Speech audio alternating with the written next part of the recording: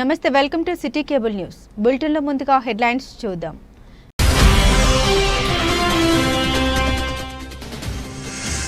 రైతు బజార్లో మౌలిక వసతుల కల్పన ధ్యేయంగా పనిచేస్తామని వెల్లడించిన ప్రభుత్వ విప్ ఆది శ్రీనివాస్.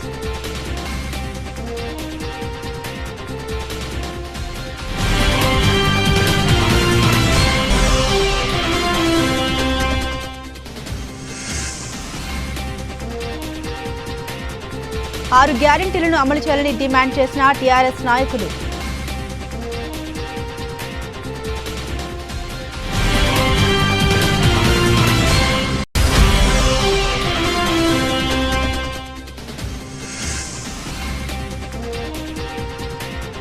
బతుకమ్మ ఘాట్ వద్ద క్రికెట్ స్టేడియం నిర్మాణానికి స్థల పరిశీలన చేసిన జిల్లా కలెక్టర్.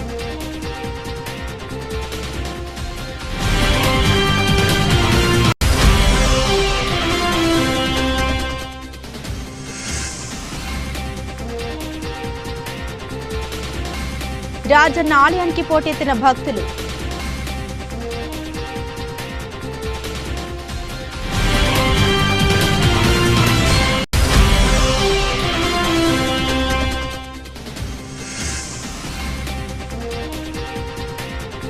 అగ్రహారం శ్రీ హనుమాన్ దేవాలయానికి 30 లక్షల నిధులు కేటాయించిన రాష్ట్ర ప్రభుత్వం.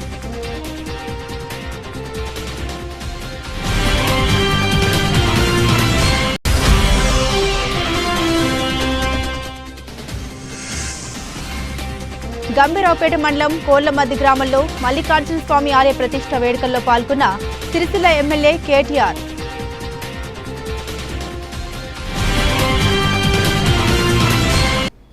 సిరిసిల్ల పట్టణంలోని రైతు బజార్లో వేములవాడ ఎమ్మెల్యే ప్రభుత్వ విప్ ఆది శ్రీనివాస్, జిల్లా కలెక్టర్ సందీప్ కుమార్ ఝా, సిరిసిల్ల నియోజకవర్గం కాంగ్రెస్ పార్టీ ఇన్ఛార్జ్ కేకే మహేందర్ రెడ్డి రైతు బజార్లో మౌలిక వసతుల గురించి రైతులను అడిగి తెలుసుకున్నారు. త్వరలోనే మౌలిక వసతులు కల్పిస్తామని హామీ ఇచ్చారు. రైతులకు ఆమోదయోగ్యమైన వసతి కల్పించేందుకు గాను ప్రభుత్వం కృషి చేస్తోందని ప్రభుత్వ విప్ ఆది శ్రీనివాస్ పేర్కొన్నారు. మున్సిపల్ నుండి వ్యవసాయ మార్కెట్ కమిటీకి రైతు బజార్ను అప్పజెప్పిన తర్వాత రైతు బజార్లో ఉన్న మౌలిక వసతుల గురించి కల్పన గురించి రైతులను అడిగి తెలుసుకున్నారు. ఎండలో కూరగాయలు అమ్మలేక ఇబ్బందులు ఎదుర్కొంటున్న విషయాన్ని రైతులు కలెక్టర్ దృష్టికి తీసుకొచ్చారు. దీంతో ఆయనే రేకుల షెడ్లు నిర్మించి సౌకర్యాలు కల్పిస్తామని హామీ ఇచ్చారు.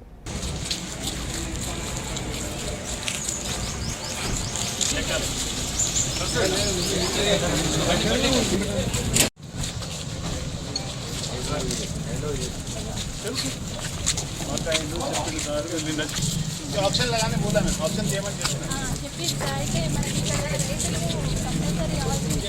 9 लाख है 9 लाख ఇలా ఇక్కడ కావాలి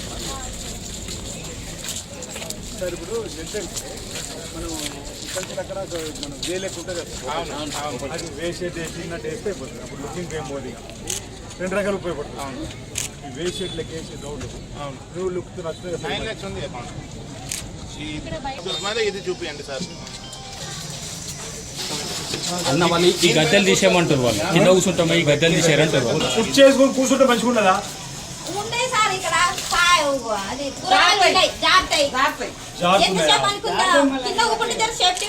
కుర్చీ మీద ఎంతసేపు అని కూకుంటాం అట్లా. కాబట్టి రేకులకి ఇట్లా వేయదు సార్, ఎండకు చచ్చిపోతుంది.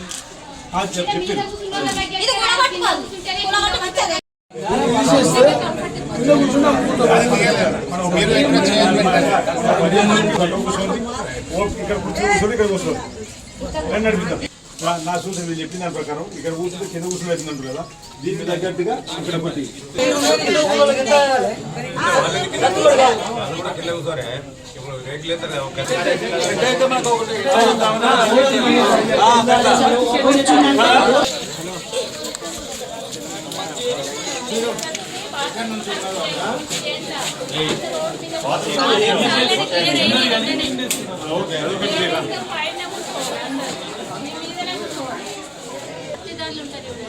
వాళ్ళు ఇక్కడ హోల్సేల్ నుండి వాళ్ళు కొన్ని కూరగాయలు కొన్ని కొనుక్కొని చెప్పేసి ఇక్కడ హైబ్రిడ్ లోకల్ టామన్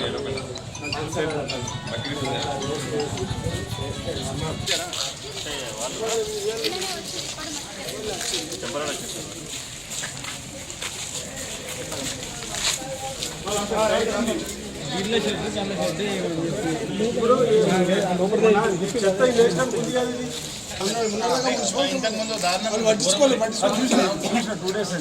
ఎన్నికల మేనిఫెస్టోలో ఇచ్చిన హామీలు అమలు చేయాలని భారత రాష్ట్ర సమితి రాష్ట్ర నాయకులు కంచర్ల రవి గౌడ్ డిమాండ్ చేశారు. తెలంగాణ భవన్లో ఏర్పాటు చేసిన మీడియా సమావేశంలో ఆయన మాట్లాడారు. ఎన్నికల ముందు 6 గ్యారెంటీలతో పాటు 420 హామీలు చెప్పి గద్దెనెక్కి రాష్ట్రంలో ప్రతి ఒక్కరిని ఇబ్బందులకు గురి చేస్తున్నారని, ఎలక్షన్స్ లో హామీ ఇచ్చిన విధంగా వృద్ధులకు 4000 పెన్షన్, మహిళలకు 2500 పెన్షన్, 500 వరకు బోనస్, తులం బంగారం, యువతులకు స్కూటీలు, రైతులకు పూర్తి స్థాయిలో రుణమాఫీ చేయడం లేదని రవి గౌడ్ అన్నారు. రైతు భరోసా ఎక్కడ పోయాయని 17 నెలలు గడుస్తున్నా వాటి ఊసే ఎత్తడం లేదన్నారు.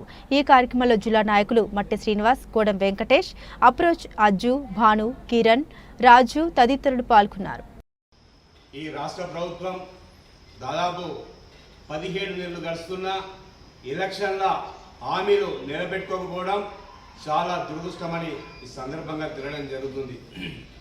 4000 పింఛను ఇస్తా అన్నారు, ఇంతవరకు ఇవ్వకపోవడం, అలాగే విద్యార్థులకు కానీ యువతకు అమ్మాయిలకు స్కూటీలు ఇస్తామన్నారు.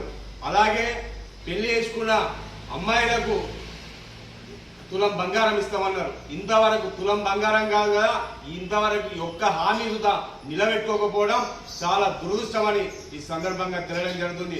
మీరు ఎలక్షన్ల హామీల్లో బీసీసీ అధ్యక్షుడిగా ఉన్న ఇప్పుడున్న ముఖ్యమంత్రి గారు మీరు ఎలక్షన్ల హామీలో ప్రతి ఒక్కటి అమలు చేస్తామన్నారు.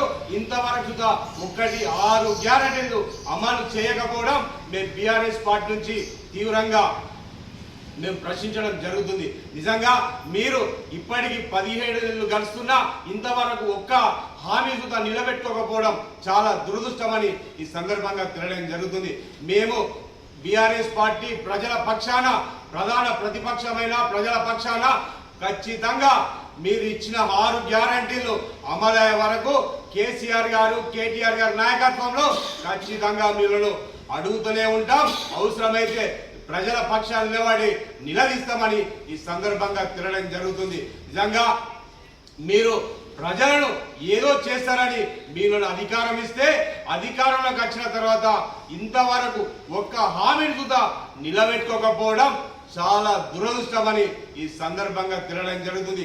అలాగే అకాల వర్షంతో రైతులు అల్లాడుతుంటే మీరు ఎక్కడ ధాన్యం వేగవంతం చేయకుండా, ఎక్కడ కొంటలేరు వేగవంతం చేయకుండా మీరు ఏదో కొంతమంది వడ్లు కొనడం జరుగుతుంది, కొంత రాష్ట్రంలో అక్కడక్కడ మొలకలు రావడం జరుగుతుంది, రైతులు కన్నీళ్లు పెట్టుకోవడం జరుగుతుంది.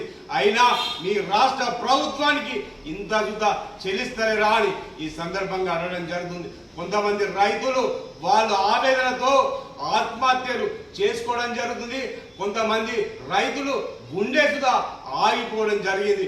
రైతులకు అకాల వర్షంతో చాలా ఇబ్బందులు అవుతుంది, నష్టపోతున్నారు. మీరు మన ప్రభుత్వం పక్షాన మీరు రైతులకు ధైర్యం చెప్పవలసింది పోయి మీరు ఏం చేస్తున్నారని ఈ సందర్భంగా అడగడం జరుగుతుంది. అందాల పోటీలతోనే మీరు అధికారులు మీరు అందాల పోటీలు ఆలోచిస్తున్నారు కానీ ఒక రైతులను ఆలోచిస్తున్నారు. రైతు బిడ్డ అని చెప్పుకుంటారు, రైతుల కష్ట సుఖాలు తెలుస్తాయని చెప్పుకున్నారు కదా. ఒక రైతులు ఎంత ఆవేదన వ్యక్తం చేస్తున్నారు కానీ మీరు ఇంతవరకు రైతులను పట్టించుకోలేరు. మీరు వెంటనే తడిచిన ధాన్యాన్ని పూర్తి స్థాయిలో కొనాలి, వేగవంతం చేయాలని మేము బీఆర్ఎస్ పార్టీ పక్షాన మేము ఈ రాష్ట్ర ప్రభుత్వాన్ని డిమాండ్ చేయడం జరుగుతుంది.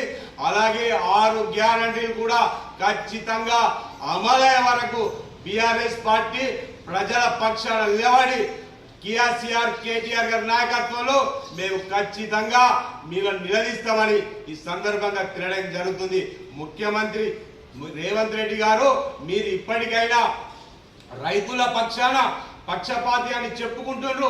రైతుల కన్నీళ్లు మిగిలించిన అకాల వర్షంతో కన్నీళ్లు మిగిలిస్తున్న సుధా మీరు ఇంతవరకు రైతులకు ధైర్యం చెప్పడం లేదని ఈ సందర్భంగా తెలియజేస్తూ మరోసారి మేము మన తడిచిన ధాన్యాన్ని పూర్తి స్థాయిలో కొనుగోలు చేస్తూ వేగవంతం చేయాలని మేము బీఆర్ఎస్ పార్టీ పక్షాన రాష్ట్ర ప్రభుత్వాన్ని డిమాండ్ చేయడం జరుగుతుంది.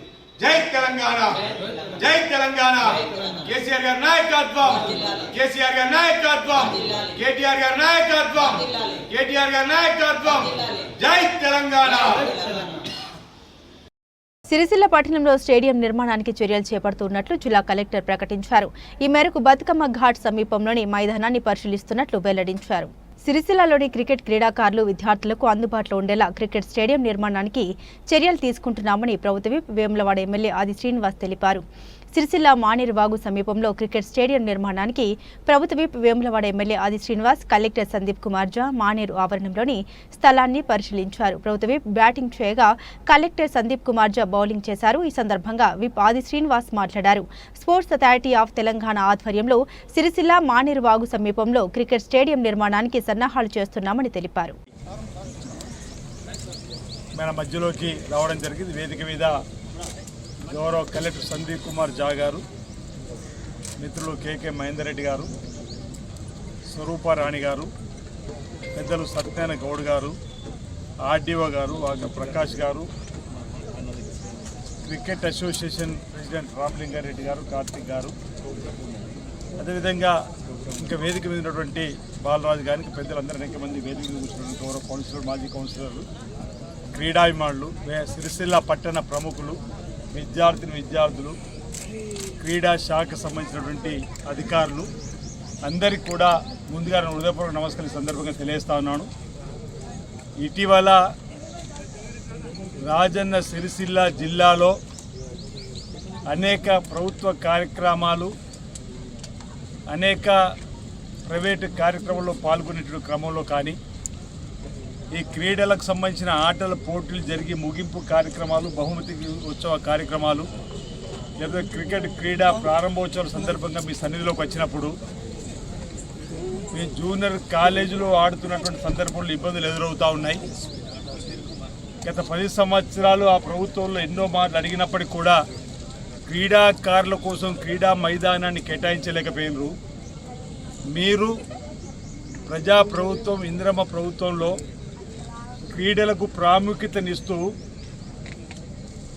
గౌరవ ముఖ్యమంత్రి రేవంత్ రెడ్డి గారి నాయకత్వంలో ఒక స్పోర్ట్స్ యూనివర్సిటీని ఏర్పాటు చేసినారు. సీఎం కప్ను క్రీడా జ్యోతి అన్ని జిల్లాలకు తీసుకొచ్చిన క్రమంలో రాబో ఒలింపిక్లో కూడా తెలంగాణ నుంచి బంగారు పథకాలు తీసుకురావడం కోసం తెలంగాణ నుండి క్రీడాకారులు సమాయత్తం చేసేటువంటి యత్నంలో ఈ ప్రభుత్వం ఉంది. కాబట్టి మీపై ఒక నమ్మకం ఉంది.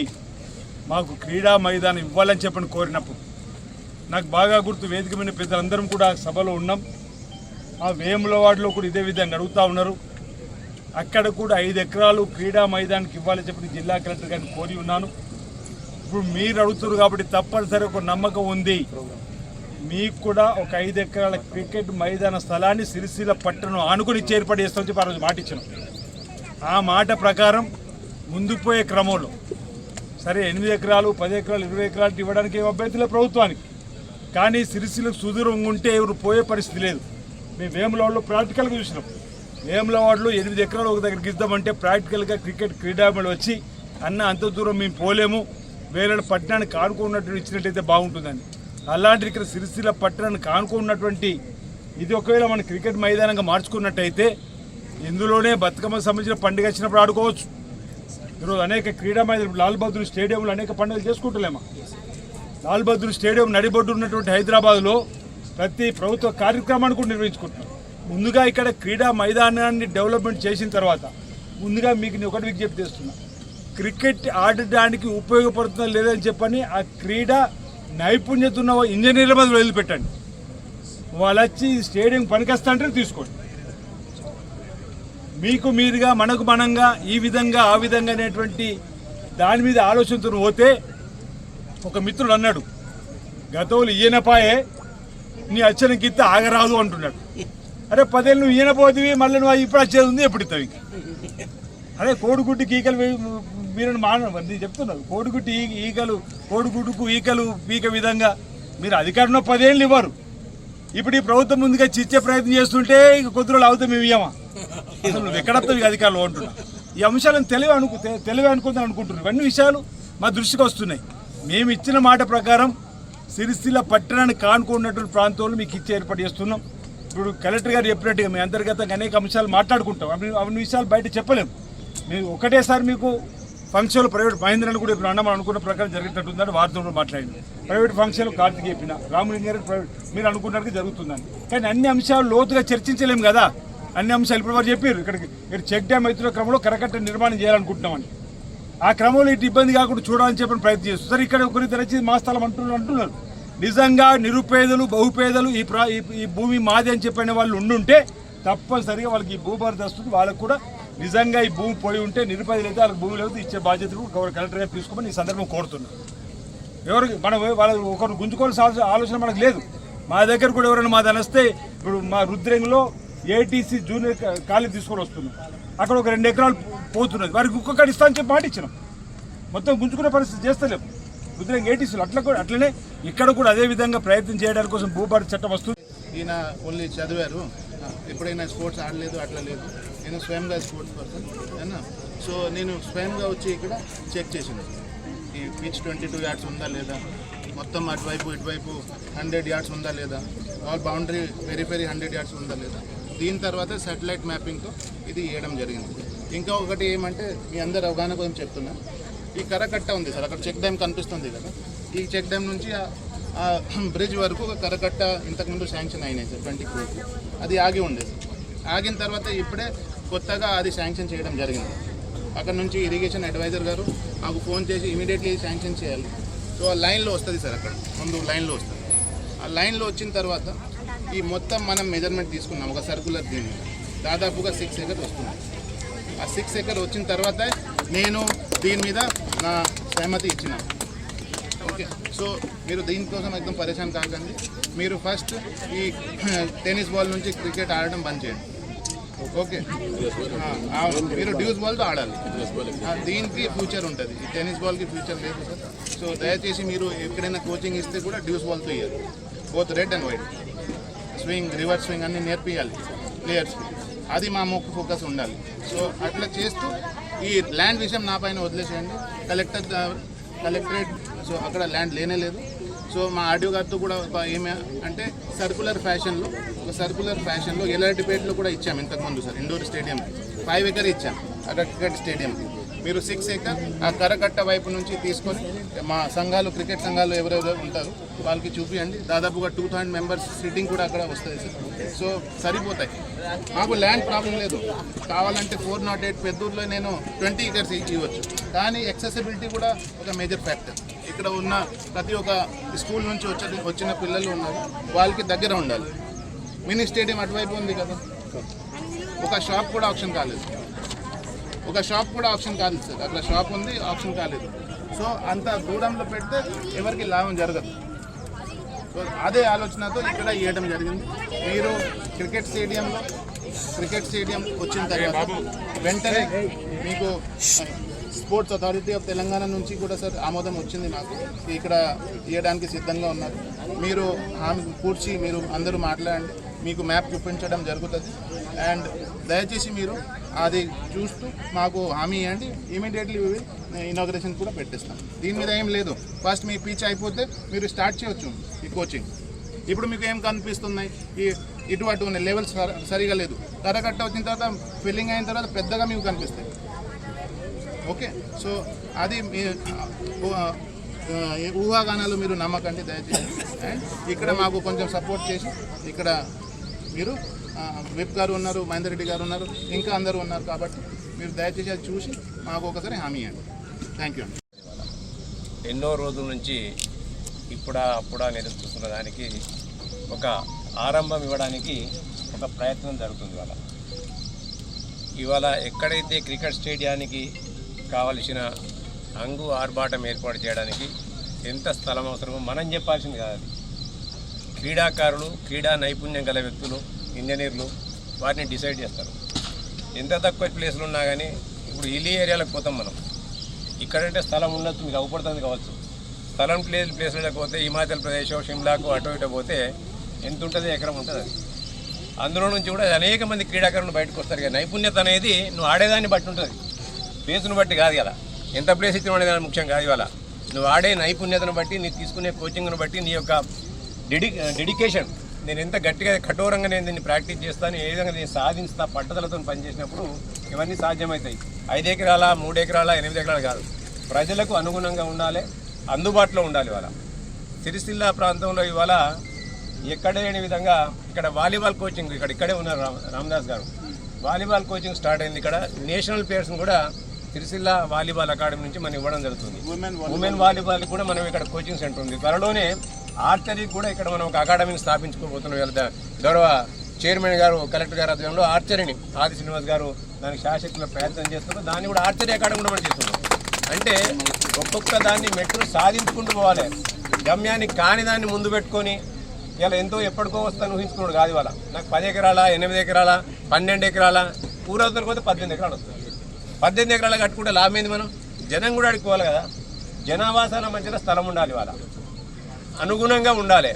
ఇలా పెద్దలు కలెక్టర్ గారు ఏం చెప్పారంటే ఇక్కడ ఇంచుమించు 4 నుంచి 4.5 ఎకరాలు ఇక్కడ దొరుకుతుంది. ఒక క్రికెట్ స్టేడియం నిర్మించుకోవడానికి ఇది అనుగుణంగా సరిపోతుంది. ఒకవేళ నిజంగానే సరిపోదు అనుకున్నప్పుడు ఇచ్చి కూడా వేస్ట్ కదా, వారు కూడా ఆలోచిస్తారు కదా. ఇది ఇవ్వద్దా అనేది ఆలోచిస్తారు కదా, ఇచ్చి కూడా వేస్ట్ అవుతుందని కూడా వారు కూడా ఆలోచిస్తారు కదా. కాబట్టి దయచేసి మీరు అందరూ కూడా ఒకటే ఆలోచించాలి. ఇవాళ ఒక పని ప్రారంభమవుతుంది, ఒక స్టెప్ ముందుకు పోతుంది. ఇవాళ పోతున్నప్పుడు దానికి మనం అందరం కూడా అనుకూలంగా పోయి తర్వాత దానికి అనుగుణంగా ఇంకేమైనా మార్పులు చేర్పులు ఉంటే చేసుకున్నానికి పెరుగుతున్నప్పుడు పెరిగిందనుకోండి, ఇంకా సామర్థ్యం పెరిగిందనుకోండి. ఇక్కడ మీరు అన్నట్టు 1000 మంది 100 మంది కోచింగ్ వచ్చిందనుకోండి, సరిపోలేదనుకోండి బయటికి పోదాం. ఇంక బయటికి ఎక్కడ పోయి చూస్తున్నాం. ముందుగానే ఇలా పిల్ల ఉట్టక ముందే కుల్ల ఉట్ట పెట్టినట్టు ఇవాళ మనం ముందుగానే ఆరంభ శూరత్వం నుంచి తర్వాత వెల్లకిల పడితే ఏం లాభం? ఇవాళ ఉన్నంతలో సర్దుకొని దాన్ని మనం తీసుకోవాలని చెప్పి మీరందరూ కూడా దీన్ని సౌహృదయంతో మొదటి నుంచి కూడా మేము అంటుంది ఒకటే, 5 ఎకరాలు అయితే అనుగుణంగా ఉంటుంది, 5 ఎకరాలు సరిపోతుంది. కలెక్టర్ గారు ఏమన్నారంటే 4.5 ఎకరాలు మీరు అన్న దిశగా ఇక్కడ వెళ్తుంది. ఇక్కడ ఈ స్థలం అంతా కూడా తీసినట్టయితే 4.5 ఎకరాలు వెళ్తుంది. అటు ఇటు చూసినా కానీ 5 ఎకరాలకు ఇంచుమించు అటు ఇటు జరుగుతుంది అని వారు చెప్పడం జరిగింది. వాళ్ళ ఇది ఇంకోటి జనావాసాలకు దగ్గర ఉంటుంది, పక్కనే ఆహ్లాదకరమైన వాతావరణం ఉంటుంది, మంచి స్వచ్ఛమైన గాలి వస్తుంది. ఇవాళ టెంపుల్స్ ఉన్నాయి, పక్కనే మార్కెట్ ఉంది, ఇవన్నీ కూడా ఉంటాయి. కాబట్టి జనావాసాలకు దగ్గర ఉంటుందని చెప్పి దీన్ని వారికి వారుగా స్వయంగా దీన్ని పర్యవేక్షించి దీన్ని వారు చెప్పడం జరిగింది. వాళ్ళ మీరు అన్నట్టు ఇక్కడ ఎస్పీ ఆఫీస్ కిందనో, SP office back side collector office కిందనో ఉన్నట్టయితే చాలామందికి భూములు ఇచ్చింది అక్కడ. ఇవాళ ఈ సంఘాలకు ఆ సంఘాలకు అన్నిటికీ భూములు ఇచ్చింది. అవన్నీ ఎడునే నీళ్ళల్లో ఉన్నాయి. ఆ భూములన్నీ కూడా ఇవాళ నీళ్ళలోనే ఉన్నాయి. నీళ్ళు వస్తే వర్షాకాలం వస్తే ఆ భూములన్నీ కూడా నీళ్ళకే పోతాయి. ఇవాళ మనకు అనుగుణంగా ఉండాలి, ఏ కాలమైనా మనకి స్థలం ఉపయోగపడే మాదిరిగా ఉండాలి వాళ్ళు. కాబట్టి దాని గురించి ఆలోచిస్తూ వారికి నేను ఒక విజ్ఞప్తి ఏంటంటే, నిజంగానే ఇది అనుగుణంగా లేకున్నట్టయితే మనకి ఇది అనుకూలించకపోయినట్టు క్రికెట్ స్టేడియానికి ఎవరు కూడా దీన్ని రేపు ఇంజనీర్లు వచ్చిన తర్వాత టెస్ట్ చేసినప్పుడు ఇది పనికిరాదు. ఎందుకంటే వాళ్ళ కొలతలు ఉంటాయి కదా. క్రికెట్ స్టేడియానికి కావాల్సిన పిచ్ నుంచి ఇక్కడ ఇటు నుంచి ఎంత ఉండాలి, అటు నుంచి ఎంత ఉండాలి, వెనక సైడ్ ఎంత ఉండాలి వాళ్ళే నిర్ణయిస్తారు వాళ్ళ. కాబట్టి ఇవన్నీ నిర్ణయాల తర్వాత ఒక నిర్ణయానికి వారు కూడా వస్తారు. అప్పుడు ఒకవేళ మార్పులు చేర్పులు అవసరం అంటే తప్పకుండా తీసుకోవడం జరుగుతుంది. నాకు తెలిసిన మేర క్రికెట్ స్టేడియం కావాలి. క్రికెట్లో చాలా క్రికెట్ ప్రేమించే వ్యక్తులు, క్రీడాకారులు ఉన్నారు. కాబట్టి క్రీడ ఇక్కడ చాలా అవసరం అనే భావన తెలుపుతున్నటువంటి రోజుల సందర్భంగా మీరు ఖాళీ గ్రౌండ్కి వచ్చినప్పుడు మాటిచ్చిన దాన్ని పురస్కరించుకొని మీరు మినిమం 5 ఎకరాలకు తగ్గకుండా ఒక 6 ఎకరాలైన స్టేడియానికి ఇప్పించి స్టేడియం నిర్మాణాన్ని 5 ఎకరాలు సరే 8 ఆరే అన్ననే 5 ఎకరాలు ఇప్పించి మా స్టేడియానికి చేసుకున్నాం, ఇక్కడ కాళేగ్రామంలో చేసుకుంటున్నాం, ఇక్కడ చేసుకున్నాం.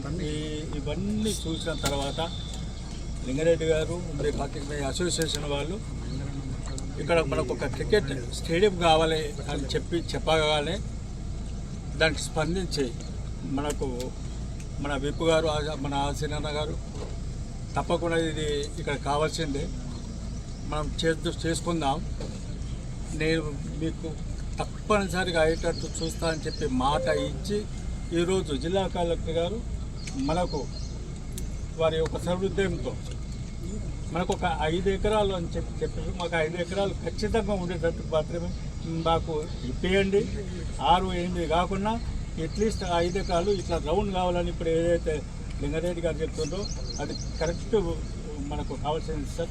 మంది చాలాసార్లు ప్రయత్నం చేస్తూ ఉన్నాం. ఇంతకుముందు కూడా మేము కాలేజీ గ్రౌండ్లో ఒక ప్రోగ్రాం జరిగినప్పుడు ఆదిశీన్ అన్న మహేందర్ రెడ్డి అన్న గారు ఇద్దరు వచ్చారు. ఆ రోజు కూడా మేము స్టేడియం గురించి మాట్లాడడం జరిగింది. ఆ రోజు కంపల్సరీ చెప్పారు చేస్తా, కానీ ఇప్పుడు నేను చెప్పను, చేసి చూపిస్తా అని చెప్పారు. కాకపోతే మనకు ఇక్కడ స్టేడియం అని అంటున్నారు, ఇది స్టేడియానికి సరిపోదని చాలామంది అంటున్నారు. వాస్తవం కూడా మనకు ఒక 7 ఎకరాలు 8 ఎకరాలు అయితేనే స్టేడియానికి పనిచేస్తుంది అన్న. ఇది పొడుగులా ఉన్నది ల్యాండ్, మనకు గుండ్రాగా ఉండాలి స్టేడియానికి. స్టేడియంలో దాదాపు కనీసం 9 ఎకరాలు ఉంటేనే మన స్టేడియానికి పనిచేస్తుంది. ఇక్కడ కాకుండా అదే కలెక్టరేట్ ఏరియాలనే మనకు స్టేడియం కేటాయించి స్టేడియం మీ ఆధ్వర్యంలో కట్టి ఓపెనింగ్ కూడా చేస్తారనే ఆశతోని మా జిల్లా క్రీడాకారులందరూ కూడా అందరం కూడా మా తరఫున మీకు చెప్పడం జరుగుతుంది. అదేవిధంగా కలెక్టరేట్ వెనుక దయచేసి కలెక్టరేట్ వెనుక మాకు ఒక స్టేడియం నిర్మించి ఇస్తే సిరిసిల్ల నుండి చాలామంది క్రీడాకారులు ఉన్నారన్న. మనకు ఆడుకోవడానికి క్రికెట్ ఆడుకోవడానికి ఎక్కడ కూడా స్థలం లేదు. ఇక్కడ ఆడుకుంటే దానిలో నీళ్ళలో పడుతుంది. కాలేజీ గ్రౌండ్లో ఆడుకుంటే ఇళ్ళలో పడుతున్నాయి బాళ్ళు. ఎక్కడ కూడా ఆడుకునే పరిస్థితి లేదు. కాకపోతే మొన్ననే మా స్వరూప గారు, మా వ్యవసాయ మార్కెట్ చైర్మన్ స్వరూప గారు కూడా కాలేజీ గ్రౌండ్లో ఒక మాట అన్నారు. మేము ఇంతకుముందు ఎవరెవరో చెప్పిన మాటలు చెప్పాము, మేము కూడా పక్కా చేసి చూపిస్తామని ఆ రోజు కాలేజీ గ్రౌండ్లో అన్నారు. కాకపోతే చేసి చూపిస్తారనే ఆలోచనతో ఉన్నాం. మహేందర్ రెడ్డి అన్న గారు పర్ఫెక్ట్గా చెప్పిండ్రు, ఒక 5 ఎకరాలు అయితే కేటాయిస్తాం అని చెప్పారు. ఆది సీనన్న మొన్న పెళ్లిలో కూడా కలిసి ఒక 5 ఎకరాలు మీకు కేటాయించడం అయిపోయింది అన్నారు. కాకపోతే 5 ఎకరాలు సరిపోదన్న.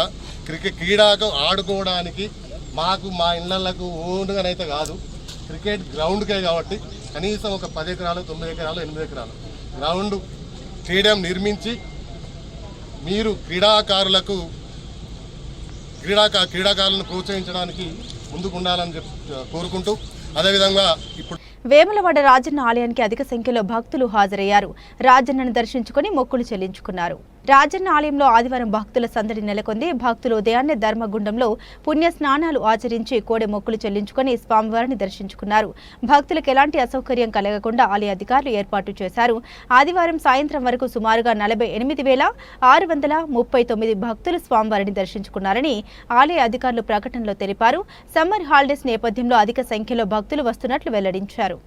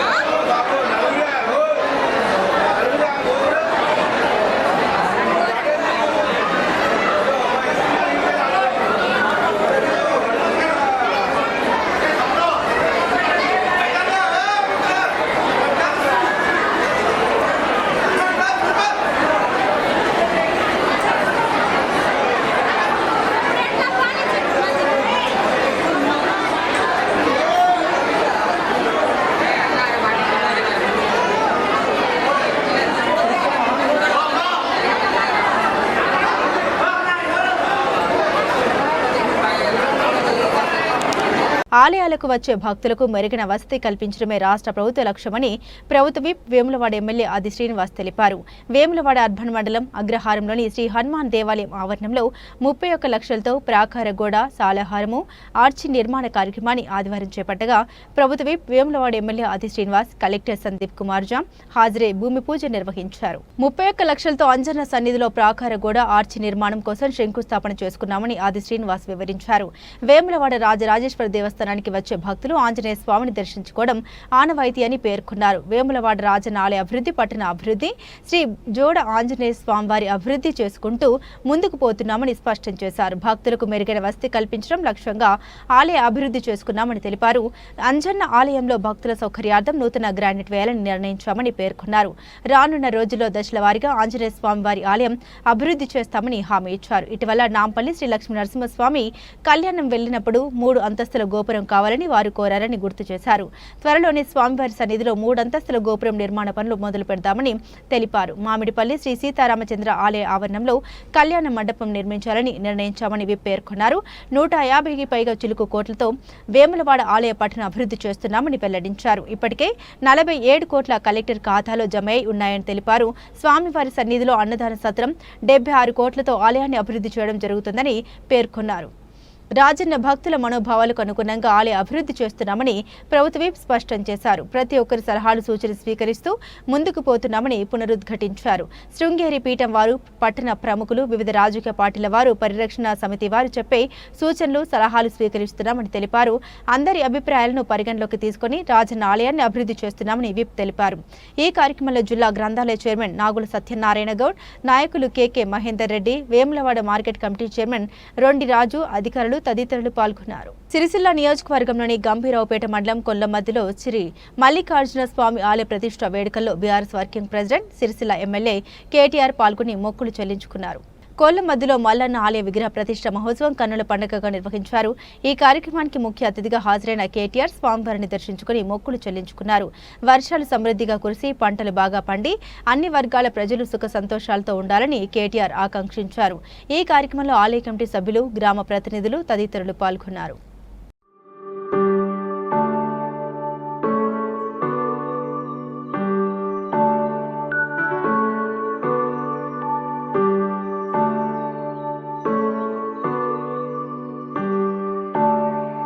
బులెటిన్ ముగించే ముందు హెడ్లైన్స్ మరోసారి.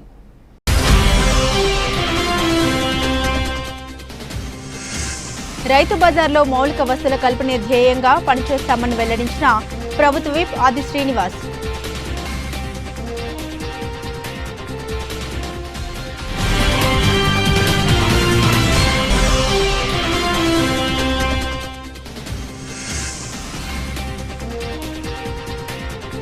ఆరు గ్యారెంటీలను అమలు చేయాలని డిమాండ్ చేసిన టీఆర్ఎస్ నాయకులు.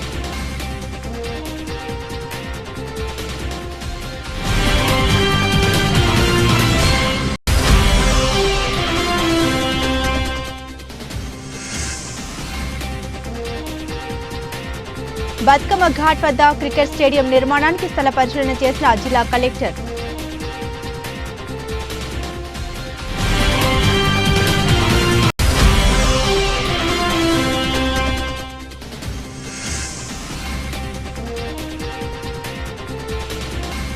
రాజన్న ఆలయానికి పోటెత్తిన భక్తులు.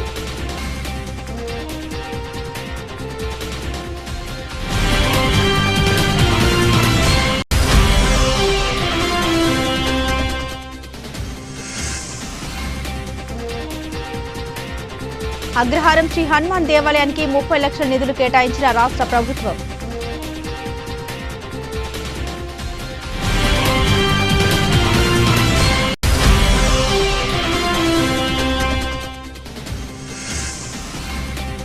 గంభీరావుపేట మండలం కోళ్లమద్ది గ్రామంలో మల్లికార్జున స్వామి ఆలయ ప్రతిష్ఠ వేడుకల్లో పాల్గొన్న సిరిసిల్ల ఎమ్మెల్యే కేటీఆర్.